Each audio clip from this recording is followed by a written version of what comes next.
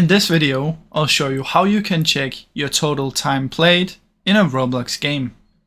Now the way that you can do this is you want to install something called RoPro. So go over to the Chrome Web Store, find RoPro and add it to your Chrome. Don't worry, this is completely safe. I've used it for a long time.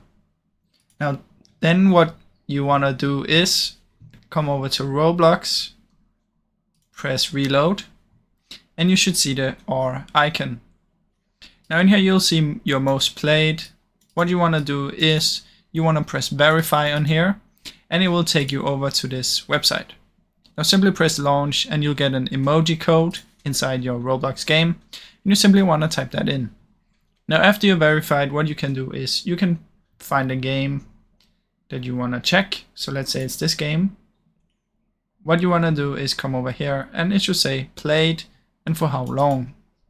So for this I didn't play this, so it says 0 minutes, but that's basically how you can check it.